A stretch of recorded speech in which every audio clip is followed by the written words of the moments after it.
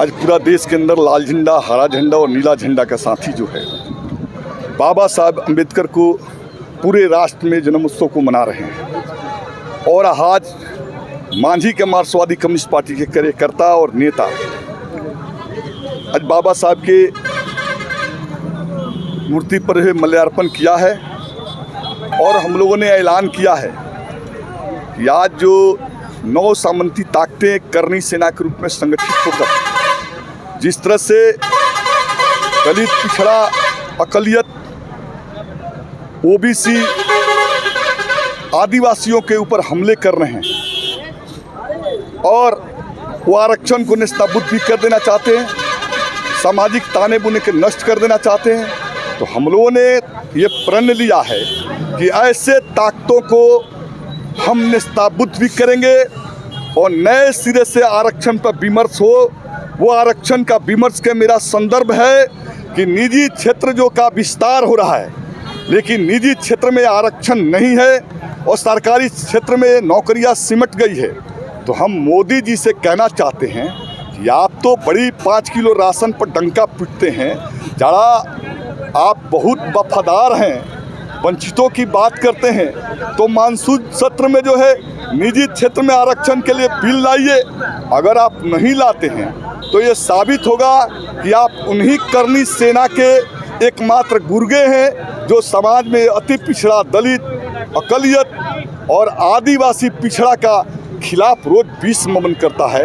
आप उसके साथ खड़े हैं। तो हमारी पार्टी ने, हम लोगों ने ऐलान कर दिया कि आज से 30 अप्रैल तक गांव-गांव जाएंगे और निजी क्षेत्र में आरक्षण के लिए मोदी बिल लाए, इसके लिए जन जागृति और आंदोलन का हम लोगों ने ऐलान किया है और ये जब तक नहीं मिलता तब तक संघर्ष होगा। एक बात हम लोगों ने ये तय किया है। दूसरी बात हम लोगों ने तय किया है कि सपा के सांसद जो दलित सांसद है रामजी लाल सुमन जी, उन्होंने एक संदर्भ में पार्लियामेंट में बोला और जिस तरह से करनी सेना जो सामंती सेना है उसने उत्तर प्रदेश के अंदर उनके घरों पर हमले किए और सरेआम 3 दिन पहले लाखों की तादाद में तलवारें लेकर धमकी दी। मैं उन्हें कह देना चाहता हूं कि उत्तर प्रदेश में जो हो रहा है ये जोगी के समर्थन से, जिस दिन जोगी की सरकार नहीं रहेगी और पुलिस तुम्हारे समर्थन में रहेगी नहीं रहेगी, तो हम जिस तरह से चूहा जो है अपने बिल में दुबक जाता है, तुमको बिल में दुबकने के लिए हम लोग बाध्य कर देंगे। और बिहार एक करनी सरनी नहीं, सनलाइट सेना, रणवीर सेना को हम लोगों ने धूल चटा दिया और हिमाकत किया तो ईंट के जवाब पत्थर से देंगे। जिसने गद्दारी की, गद्दारी का इतिहास जो है लिखा गया है और जन जन तक गद्दारी का इतिहास सब पढ़ चुके हैं। हमारे लिए तुम कहते हो कि वीर हो, लेकिन विदेशी आक्रमणकारियों के सामने आत्मसमर्पण करने वाले कौन थे? वीरता का मतलब जुल्म और जाति नहीं है। इन लोगों ने सामंती के रूप में हमारे पुरखों पर बहुत सारा जुल्म किया है और इनके 9 सामंती जो लोग पैदा हुए हैं, ये लोग आज भी चाहते हैं कि संविधान को नेस्तनाबूद कर दे, आरक्षण को ख़त्म कर दे, पिछड़ा, दलित, अकलियत, आदिवासी को पुनः गुलाम बनाए। तो ये 21वीं सदी की भारत है। हम लोगों ने आज प्रण लिया है अम्बेडकर जी के जयंती पर कि जब तक ये संविधान है, अम्बेडकर की विचारधारा है, लाल, हरा, नीला की एकता है, ये सामंती शक्तियों को बिहार की धरती पर सर उठाया तो बूट से कचल देंगे। बिहार समरस समता का समाज बनेगा।